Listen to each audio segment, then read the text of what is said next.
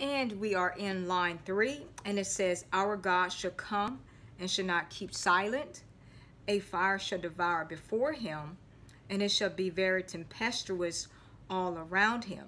Now this gives us a reference scripture to Psalm 97:3, that says, a fire goes before him and burns up his enemies round about.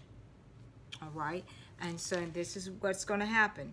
All right, God is going to shine forth, like we talked about, out of Zion, the holy place of God, the perfection of beauty. God will shine forth. In line 3, our God shall come and shall not keep silent. A fire shall devour before him, and it shall be very tempestuous all around him. Let's look into line 4, starting our next stanza. He shall call to the heavens from above, and to the earth, that he may judge his people. Gather my saints together to me, those who have made a covenant with me by sacrifice. Let the heavens declare his righteousness, for God himself is judge. Selah. All right, and so now this is where it gets good. All right, and so where it's good praising God and identify who he is, but this is where it talks about how God is going to judge all people.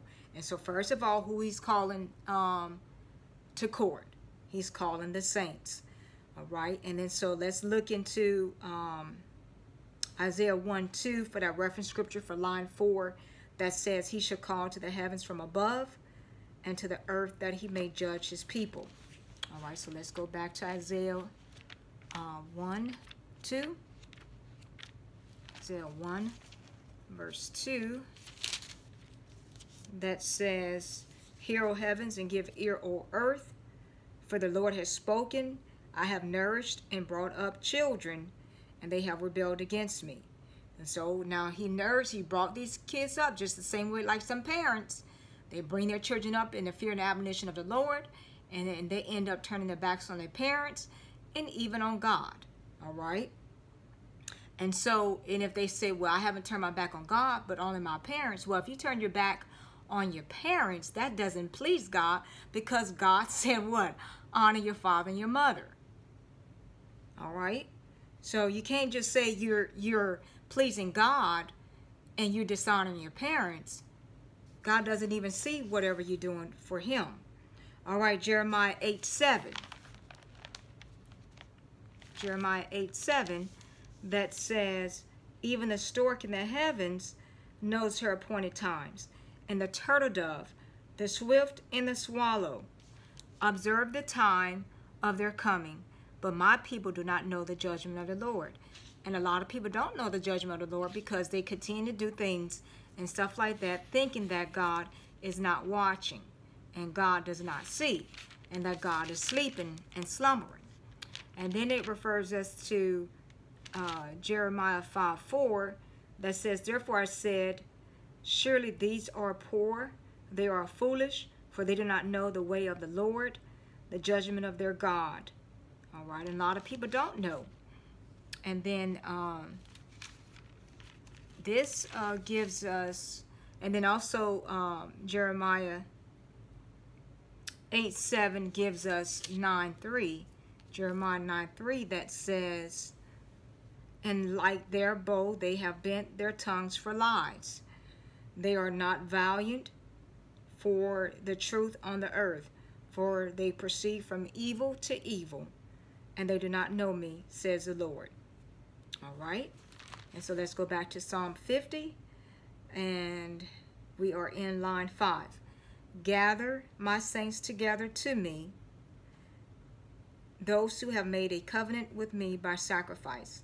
And so where it says those who have made, or those who have cut a covenant with me by sacrifice, or cut a covenant with me by sacrifice.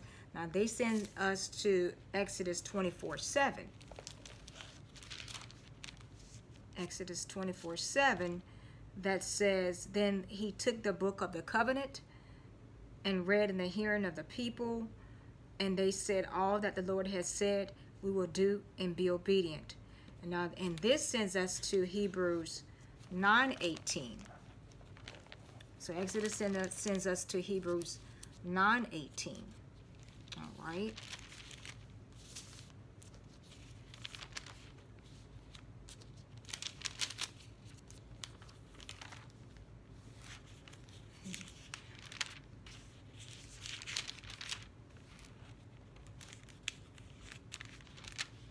And 9:18 says, therefore, not even the first covenant was dedicated without blood. All right. Okay. So now, going back to Psalm 50, and it says, in line 6, let the heavens declare his righteousness, for God himself is judge. All right. And then, so that sends us to Psalm 97:6.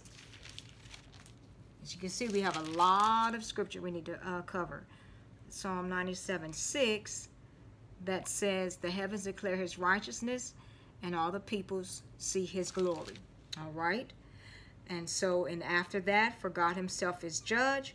And then how Asaph ends that stanza, Selah. And so we're going to take a rest right now. And usually when we take a rest right there, it's a transition in the next stanza. So let's break here and we'll pick it up in line 7.